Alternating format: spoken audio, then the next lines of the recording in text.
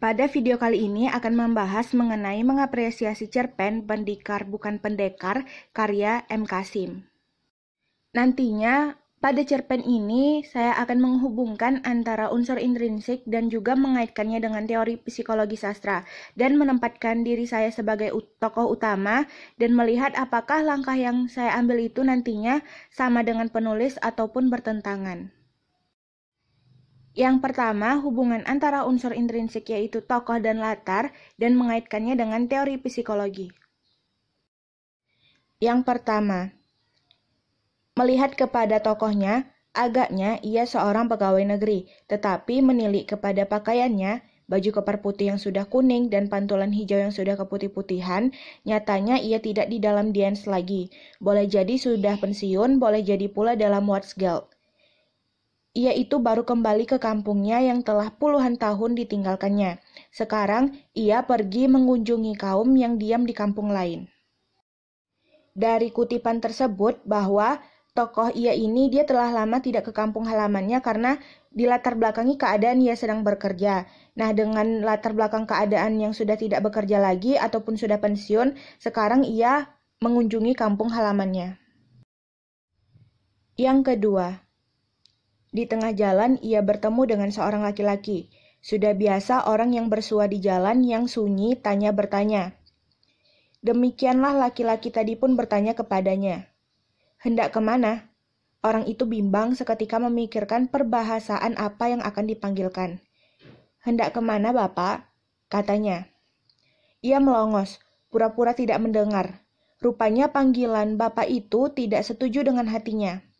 Bapak hendak kemana? Diulang laki-laki itu sekali lagi.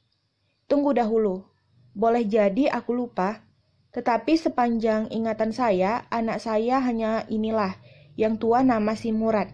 Sungguh begitu, barangkali saya lupa, saya tanya istri saya dahulu, katanya sambil memandang kepada istrinya. Orang ini memanggilkan Bapak kepada saya. Adakah kau ingat ada anak kita yang lain lagi dari ini? Istrinya diam. Malu bercampur gusar rasanya, karena tidak setuju dengan jawab suaminya.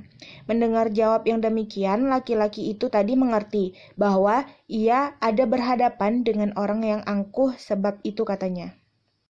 Dari kutipan tadi, bahwa tokoh ia ini dia menolak dipanggil Bapak karena tidak mau dan tidak sesuai dengan kehendak hatinya. Karena ia mengunjungi dan pergi ke kampung halamannya, tentu orang-orang pada biasanya memanggil sebutan Bapak untuk menghormati.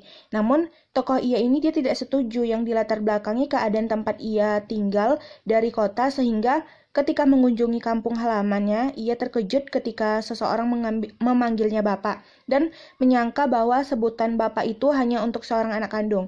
Dan tokoh laki-laki yang memanggil Bapak ini merasa orang tersebut angkuh gitu. Padahal niatnya baik untuk mengetahui mau kemana mereka pergi dan mana tahu tokoh laki-laki ini bisa membantu mereka.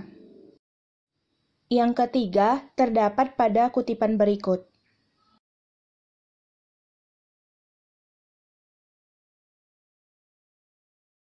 Nah, bisa dilihat dari kutipan tadi bahwasanya tokoh ia ini dia mengedepankan unsur egonya yang dimana dari kutipan tersebut itu tampak terlihat bahwa tokoh ia ini dia mempunyai pangkat yang tinggi dan tokoh ia ini pun ingin dipanggil pangkatnya tersebut.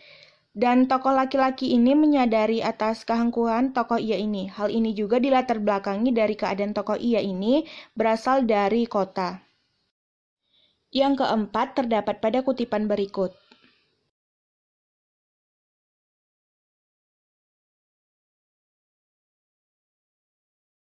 Nah, dari kutipan tersebut bahwasanya tokoh ia menjadi takut karena orang yang dihadapannya ini adalah orang yang pangkatnya besar di atasnya dan orang yang terhormat. Seketika mendengar namanya, tokoh ia ini dia takut karena telah main-main dengan laki-laki yang berada di hadapannya.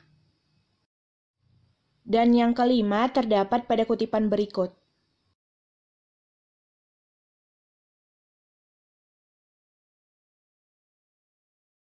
Dari kutipan tersebut, karena latar belakang tokoh ia ini bukan dari daerah sana, tokoh ia ini dengan angkuhnya ingin disanjung. Tetapi bisa kita lihat tokoh laki-laki tadi dia menyamar seolah-olah sebagai seorang pendekar, yang dimana seorang pendekar itu ditakuti dan disanjungi bahkan disegani. Selanjutnya, menempatkan diri sebagai tokoh utama dan menilai apakah langkah yang diambil sama ataupun bertentangan. Nah, di sini saya akan menjadikan diri saya sebagai tokoh iya. Nah, jika saya sebagai tokoh iya, maka hal yang saya lakukan itu berbeda. Karena bagi saya yang penting, asalkan seseorang itu sopan dan menghormati, maka itu sudah cukup. Apalagi saya itu mengunjungi kampung halaman yang dimana sudah berpuluh tahun tak saya kunjungi gitu. Jadi bisa jadi orang lupa dengan saya. Nah, sekian dulu teman-teman pembahasannya. Semoga bermanfaat dan menambah wawasan bagi kita semua. Terima kasih sudah menonton.